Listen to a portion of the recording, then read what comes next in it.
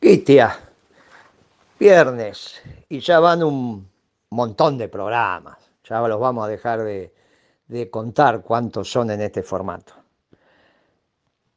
Pero bueno, es una manera que hemos encontrado, si bien nosotros nos gusta el face to face, porque es lo que corresponde, así nos formamos. Aparte así se arman las relaciones humanas. Pero bueno, el presidente instruye y nosotros cumplimos, es legal y legítimo para tomar estas decisiones.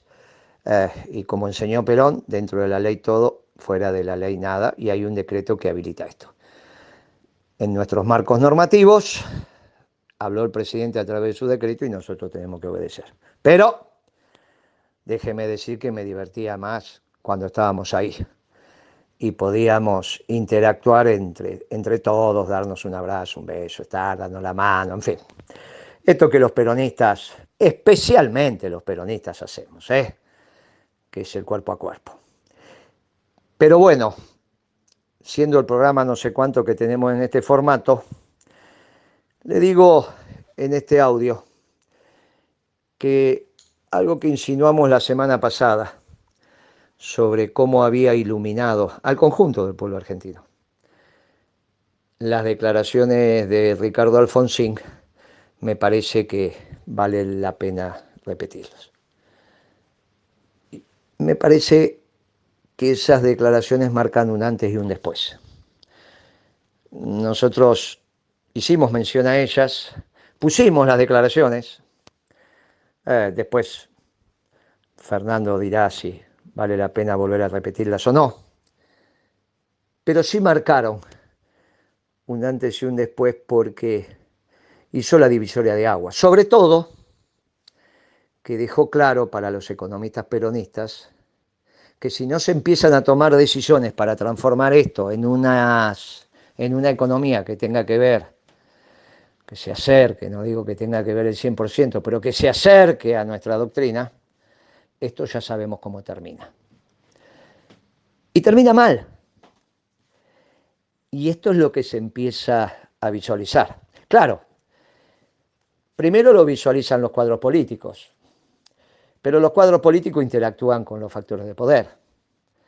Britos, presidente del Banco Macro y dueño,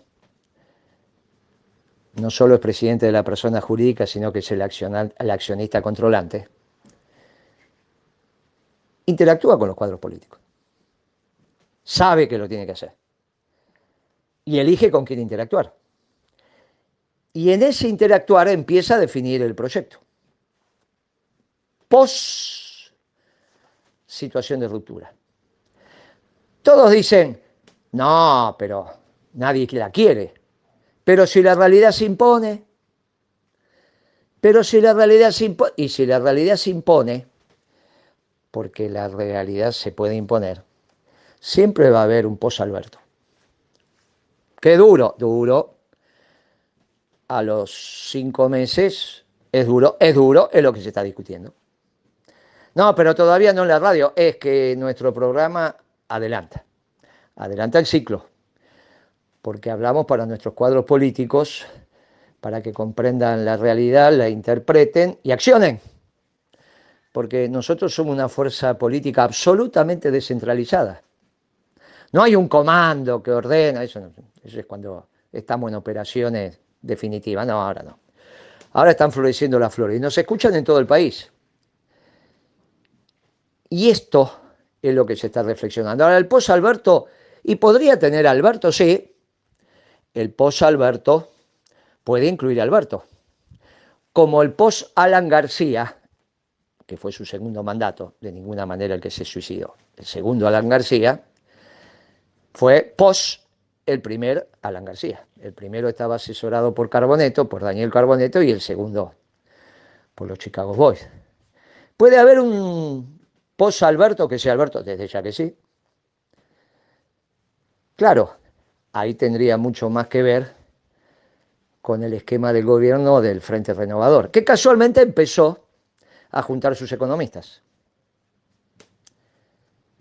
Yo no me olvido que Redrado, junto con Melconian, elaboraron ese concepto de fuga de capitales para asustarlo a Kirchner. Me tocó debatirlo con él, en la casa de Julio De Vido. me tocó debatirlo con él porque fue el documento que él elevó,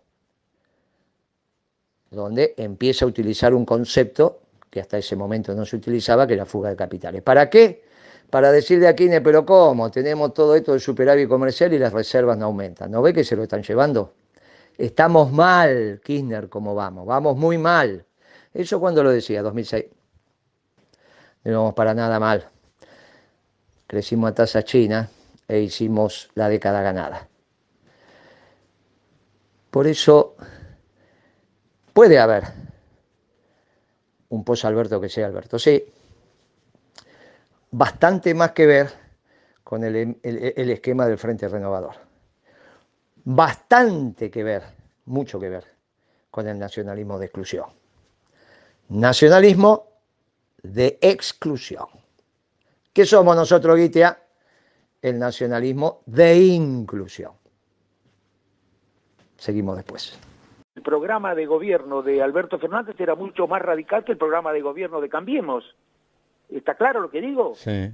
Era mucho más radical que el programa de gobierno de Cambiemos. Fuerte, fuerte lo que estoy escuchando, es fuerte escucharlo de Alfonsín. Lo dije siempre, lo dije siempre. Sí, pero sigue siendo fuerte. Siempre. Y el que diga que no es así, o no sabe por qué es radical, o se hace el tonto, y no se hace el que no conoce la historia del radicalismo ni su doctrina. Bueno, coincido con las políticas que se están aplicando, la filosofía, coincido con los programas, las políticas, coincido con el proyecto económico y social, sí. Coincido con los instrumentos, a pesar de que no demasiado se ha podido hacer debido a la pandemia, sí. Pero coincido con la filosofía que inspira la actual gestión de gobierno porque es más radical desde el punto de vista económico y social. Como le decía Guitea, nosotros somos el nacionalismo de inclusión. Nosotros solos, no. Nosotros y muchísimos economistas del peronismo. Que claro que nos empezamos a juntar. ¿Y están en el gobierno? Y no están en el gobierno. Prácticamente no hay economistas del peronismo. A estos sí los conozco a casi todos, no hay. Puede ser que en donde usted domina, Guitia, en comunicación, en cultura, que no los conozca. Conozco bastante, pero en economía los conozco a todos. No hay. Pero nos empezamos a articular porque vemos esta situación. Y se empezó a hacer un esquema de gobierno en términos económicos, sí, desde ya. ¿Va a ser público? Desde ya que sí. ¿Participan distintas generaciones? Desde ya que sí. Y va a ser el aporte, porque no le vamos a dejar el campo orégano al nacionalismo de exclusión. Tienen posibilidades y tienen posibilidades. Pero nosotros también. Porque desde ese viejo dicho que, bueno, a la larga el bien siempre triunfa, no hay duda que en esto Dios hizo bienes para todos. Y si no todos tienen bienes, es producto del pecado de la distribución. Lo que tenemos que corregir es eso. Y eso se corrige desde los principios y valores permanentes, uno de los cuales es el amor a la patria. Pero la patria para todos, que incluya a todos. Y una patria que no se siente superior a otras patrias y otros pueblos. No el nacionalismo de categorías europeas. Cuando el presidente dice que tiene una cabeza europea, yo le pido que reflexione.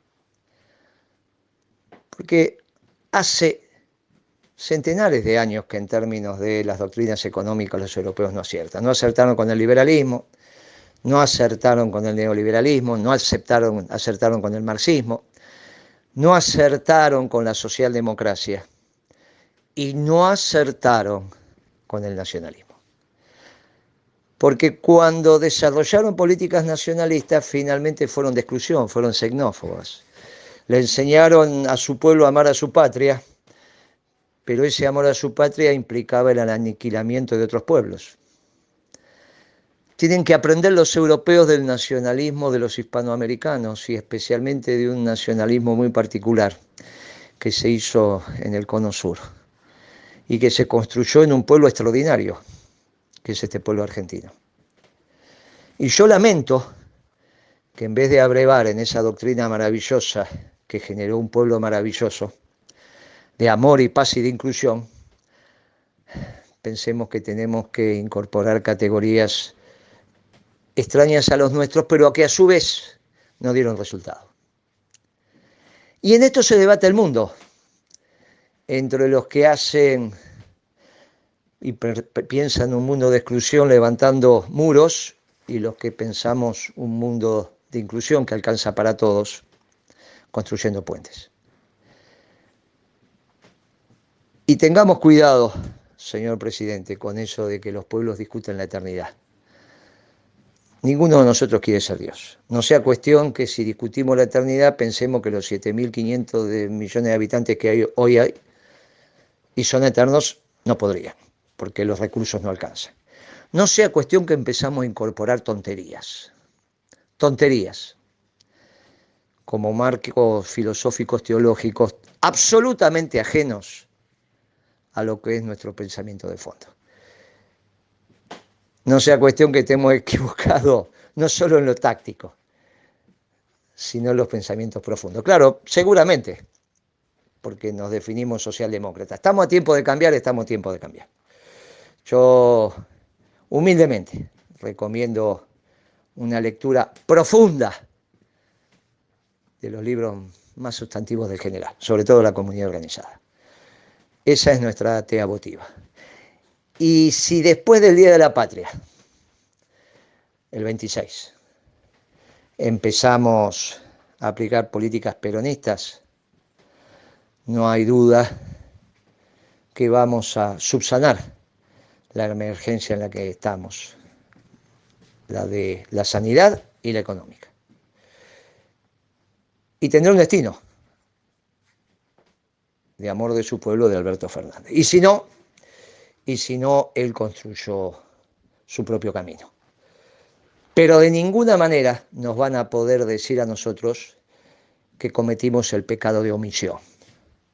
Porque hace 4 años que venimos hablando y solamente nos tomamos un paréntesis porque lo pidieron los compañeros después que asumió hasta marzo. Y me lo pidieron los compañeros y lo hice. A regañadientes por esta historia del pecado de omisión. Pero hablé con mi confesor y me dijo, los compañeros cuando es colectivo y descansás en el razonamiento colectivo de los compañeros no hay pecado. O quizá es una mentirita de mi confesor para decir no hables.